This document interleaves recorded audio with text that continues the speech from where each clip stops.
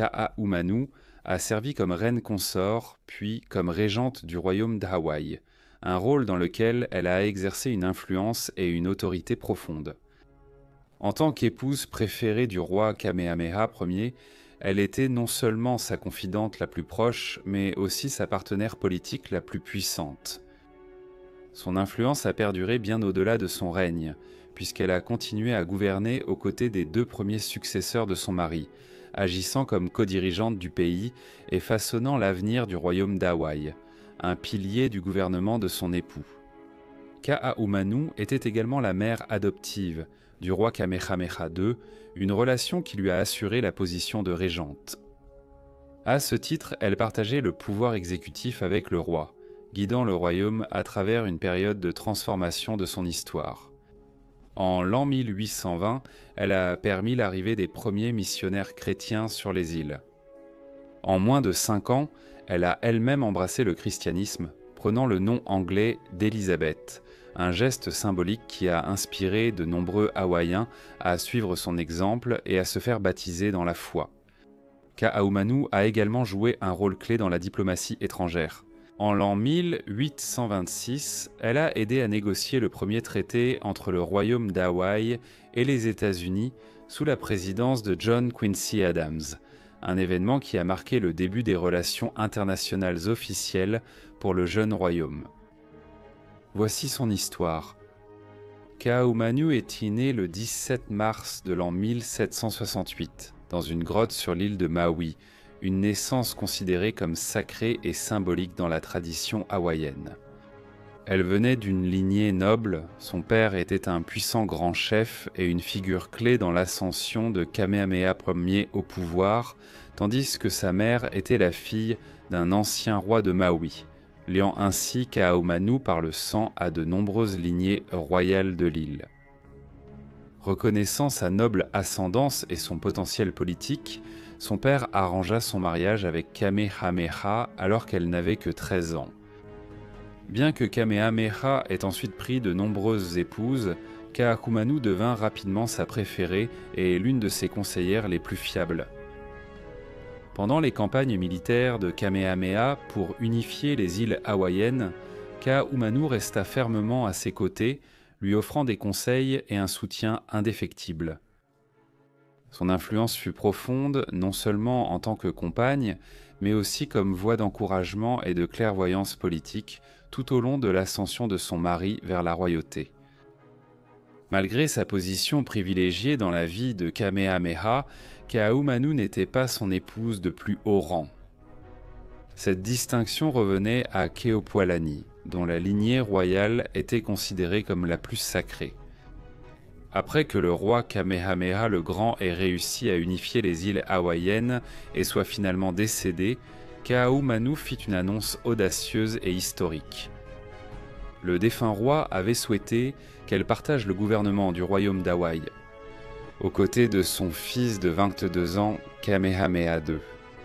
Kamehameha avait de nombreuses épouses. Le nombre exact reste incertain, car les archives historiques détaillant leurs noms ont été perdues ou détruites par la suite. Certaines sources mentionnent 21 épouses, d'autres en comptent 26 et certaines jusqu'à 30. On pense qu'il a eu environ 35 enfants, mais malgré ses nombreux descendants, seuls les enfants nés de son épouse de plus haut rang étaient éligibles pour hériter du trône. On dit que son épouse de plus haut rang a soutenu les efforts de Ka'ahumanu pour abolir le système kapu traditionnel, estimant que c'était le moyen le plus efficace d'assurer la future domination de ses enfants et petits-enfants. En démantelant le kapu, Ka'ahumanu a effectivement centralisé le pouvoir politique au sein de la lignée royale, affaiblissant l'influence des chefs de rang inférieurs et assurant une monarchie plus unifiée. Le système kapu était un code de conduite ancien et profondément enraciné dans la société hawaïenne, un réseau complexe de lois, de tabous et de prescriptions religieuses qui régissaient tous les aspects de la vie, y compris les rôles de genre, la politique et la pratique spirituelle. Enfreindre un kapu était considéré comme une infraction grave, souvent punie de mort. On croyait que ces règles protégeaient de l'énergie spirituelle ou le mana des individus et des lieux. Briser un kapu n'était pas seulement une transgression sociale ou politique, mais aussi un vol de pouvoir sacré. En abolissant ce système, Ka'ahumanu a inauguré une transformation spectaculaire de la société hawaïenne qui a éloigné les Halles de leur ancienne structure religieuse pour les orienter vers un nouvel ordre politique, fondé sur une monarchie centralisée et, finalement, le christianisme. Ka'ahumanu était une visionnaire en avance sur son temps, défendant avec audace les droits des femmes hawaïennes autochtones à travers ses actions, ce qui a également servi à renforcer sa propre position de pouvoir. Dans un acte audacieux de défi, elle a conspiré avec la reine Keopuolani, la mère de Kamehameha II, pour dîner publiquement à la même table que le jeune roi, un acte strictement interdit par l'ancien système kapu. La stratégie politique de Ka'ahumanu dépassait le simple symbolisme. Elle a réussi à convaincre le grand prêtre du royaume de soutenir sa cause, alignant ainsi l'autorité spirituelle avec sa vision révolutionnaire. Lorsque Kamehameha II refusa de punir sa mère pour avoir enfreint le kapu, notamment en refusant de l'exécuter comme l'exigeait la tradition. Ce fut une rupture majeure avec des siècles de lois sacrées. Cette audacieuse défiance marqua effectivement la fin du soutien de la monarchie au système kapu. À la suite de cet acte sans précédent, l'ancien code de conduite fut officiellement aboli à jamais, transformant la société hawaïenne et inaugurant une nouvelle ère de gouvernance, de rôle de genre et d'identité spirituelle. L'île de Kauai resta invaincue par Kamehameha Ier, ayant résisté avec succès aux invasions militaires pendant des années. Finalement, cependant, face aux forces navales écrasantes de Kamehameha, une résolution pacifique fut trouvée. En l'an 1810, le roi de l'île accepta une reddition sans effusion de sang, devenant un vassal sous le règne de Kamehameha et unifiant officiellement les îles hawaïennes sous un seul royaume pour la première fois. Après la mort de Kamehameha Ier, des craintes sont apparues que les habitants de Kauai ne se révoltent et ne fassent sécession. Pour éviter cela et préserver l'union fragile, Kamehameha II et Ka'ahumanu ont pris des mesures décisives.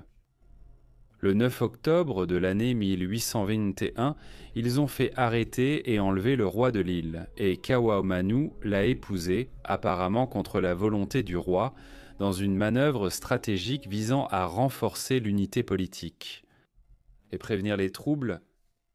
En avril de l'année 1824, Ka'ahumanu déclara publiquement sa conversion au christianisme protestant, devenant ainsi l'une des premières membres de la haute société hawaïenne à adopter cette nouvelle foi.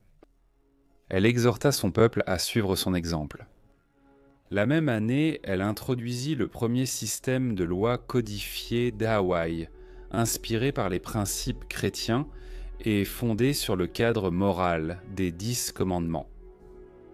Ka'ahumanu fut officiellement baptisé le 5 décembre de l'an 1825, marquant un changement profond tant dans ses convictions personnelles que dans l'orientation spirituelle du royaume hawaïen.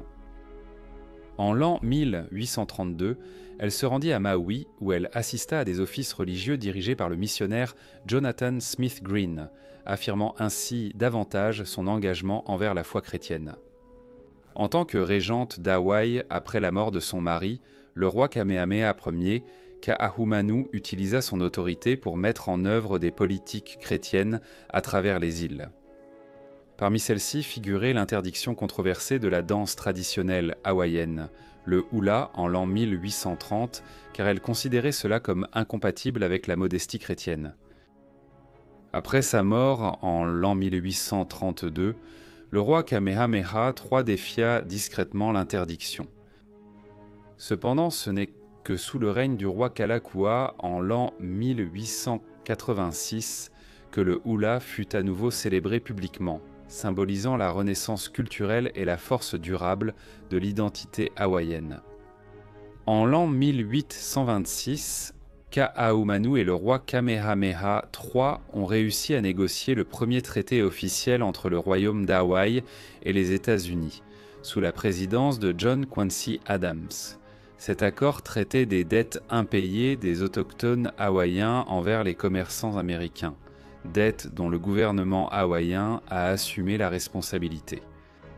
En payant avec 150 000 $ de précieux bois de santal, ce geste audacieux valut à Ka'ahumanu le soutien de nombreux chefs de haut rang qui étaient endettés envers les marchands étrangers. Au-delà du règlement des obligations financières, le traité a également établi des conditions de libre-échange. Il accordait aux citoyens américains le droit d'entrer et de faire des affaires dans tous les ports hawaïens et garantissait qu'ils pouvaient porter leurs litiges devant les tribunaux hawaïens et bénéficier de la protection de la loi hawaïenne, une étape importante dans la formalisation des relations internationales.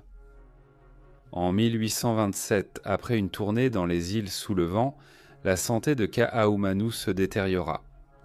Pendant sa maladie, les missionnaires lui offrirent un cadeau spécial, la première édition imprimée du Nouveau Testament en langue hawaïenne, reliée en cuir rouge avec également une gravure de son nom en lettres dorées. Le livre devint son compagnon constant durant ses derniers jours. Elle est décédée le 5 juin de l'année 1832, après une longue maladie supposée d'origine intestinale. Sa mort a marqué la fin d'un chapitre transformateur de l'histoire hawaïenne, façonné par la diplomatie, le changement religieux et son héritage politique durable. Je voudrais adresser un immense merci à tous mes membres. Votre contribution est précieuse pour la continuité de la chaîne et je vous apprécie tous énormément. Un remerciement tout particulier à John Seitz. J'espère que la vidéo vous a plu. Si oui, likez, abonnez-vous, partagez et rendez-vous la semaine prochaine pour un nouvel épisode de History Profiles.